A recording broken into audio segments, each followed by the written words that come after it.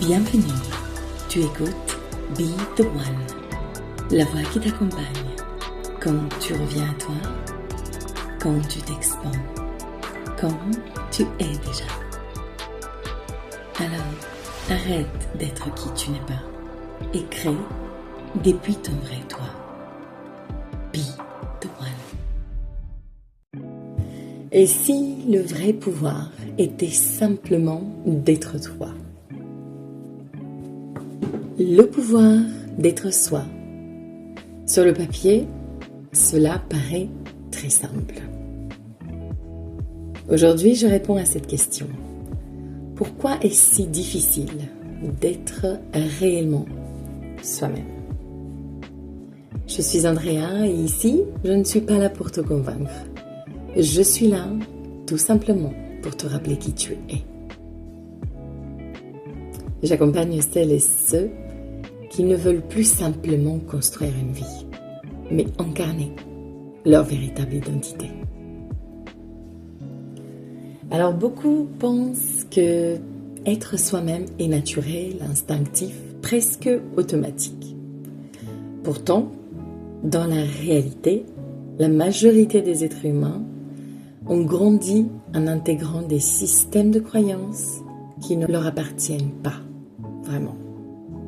Des idées, des règles, des visions du monde héritées des autres, de la société, de la famille et qui, bien souvent, sont en décalage avec leur véritable nature et bien souvent définissent une réalité qui ne leur appartient même pas. Alors pourquoi tu te sens bloqué? Il y a une subtilité fondamentale à comprendre. Ces croyances qui ne sont pas les tiennes ne sont pas non plus une erreur. Je m'explique. Elles ont été là pour une simple raison. Elles font partie du jeu que tu as choisi d'explorer. Leur présence te permet précisément d'identifier ce qui n'est pas aligné avec toi pour ensuite le transformer, le libérer et le remplacer enfin par des croyances qui reflètent vraiment, enfin, qui tu es. C'est ainsi que naît le véritable pouvoir personnel. Ce n'est pas en évitant ce qui ne te correspond pas, mais en le reconnaissant, en le traversant, c'est ce qu'on appelle souvent la transmutation, et en choisissant consciemment ce qui est juste pour toi. Ainsi, ces croyances étrangères ont servi un rôle. Elles t'ont donné tout simplement un point de comparaison. Elles t'ont permis de découvrir, par contraste, ce qui est authentiquement toi. Et à partir de là, tu peux commencer à créer tes propres définitions, tes propres repères, en accord avec ton essence profonde, ta fréquence intérieure. C'est ce processus d'ailleurs qui te permet de t'aligner, de t'incarner pleinement et d'activer une véritable sensation de puissance intérieure.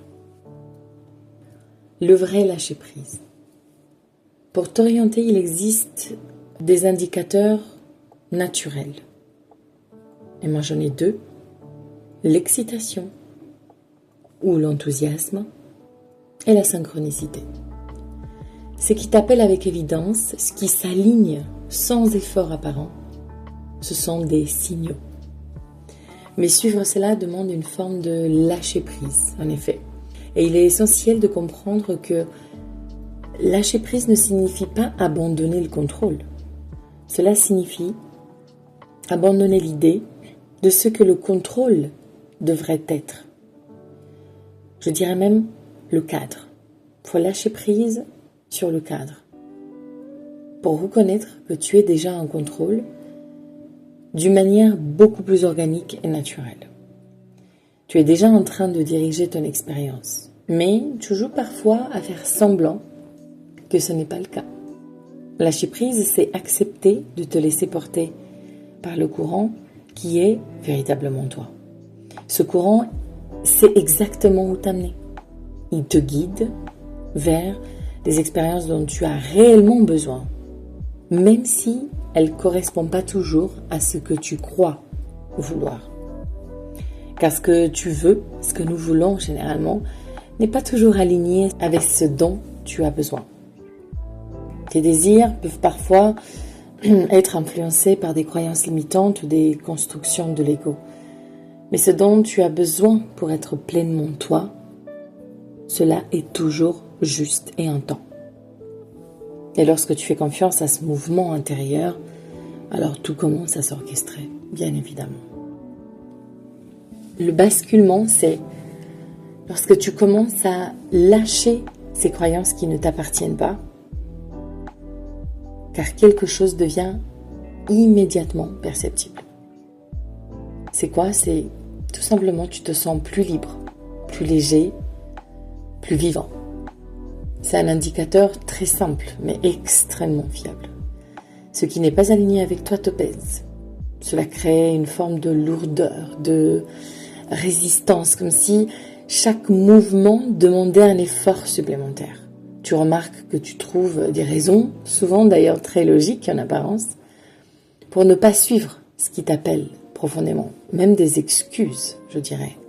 Ce sont des excuses rationnelles, mais elles signalent un désalignement. À l'inverse, ce qui est réellement toi ne te pèse jamais. Cela t'énergise, au contraire. Cela te propulse. Cela devient ton moteur intérieur.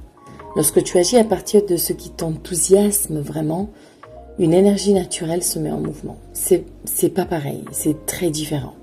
Tu te lèves le matin avec cette envie sincère d'avancer, d'exprimer, de créer. Tu as l'impression que le monde t'appartient. Justement, cet enthousiasme n'a pas besoin d'être bruyant ou spectaculaire. Il peut être calme, posé, presque méditatif. Mais il est là, stable, évident. Car au fond, ce n'est jamais ce qui arrive qui détermine ton expérience. Cette phrase m'a bien poursuivie pendant des années. C'est toujours la manière dont tu y réponds, ton état d'être est à ce moment-là central. C'est lui qui donne une direction à ton vécu. C'est ce qu'on dit souvent, la vie n'a pas de sens. C'est toi qui lui en donnes.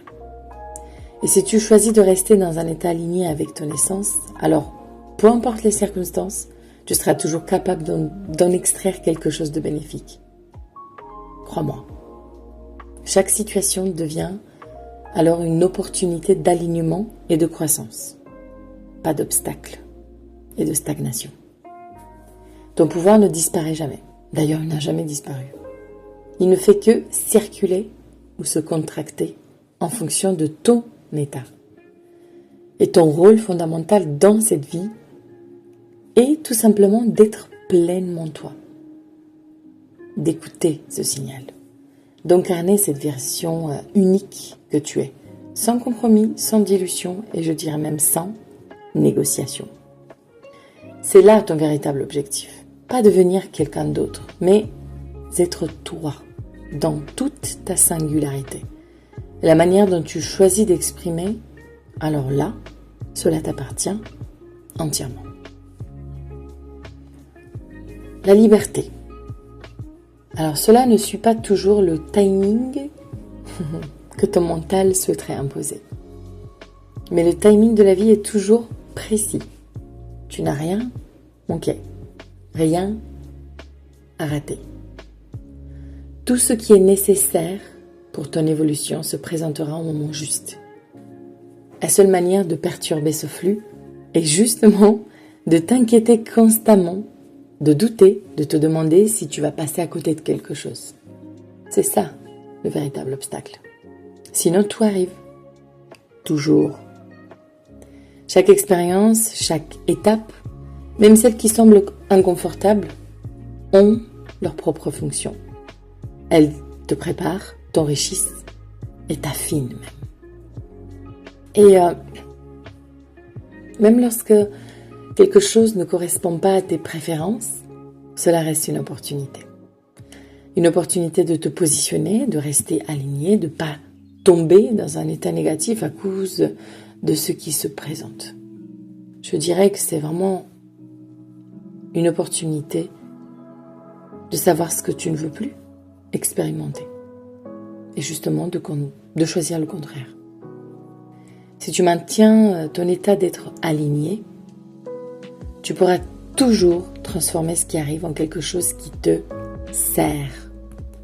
Tu pourras toujours en extraire un bénéfice, une compréhension, une évolution, une leçon, comme on dit, car tu es déjà équipé de tout ce dont tu as besoin. Tu émets déjà la fréquence qui attire exactement les expériences justes pour toi, au moment parfait.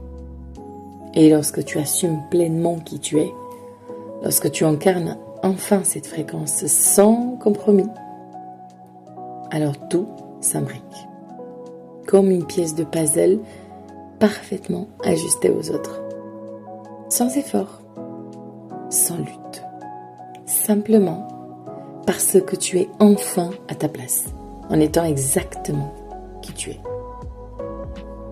Donc tu n'as pas besoin de devenir quelqu'un d'autre, juste d'arrêter d'être qui tu n'es pas. Encore une fois, je ne suis pas là pour te convaincre, juste pour te rappeler qui tu es. Et si cet épisode a résonné en toi, tu peux me retrouver sur LinkedIn.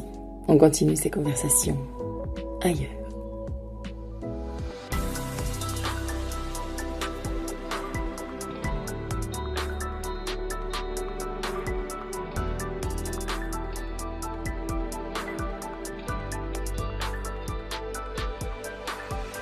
Arrête d'être qui tu n'es pas et crée depuis ton vrai toi. Be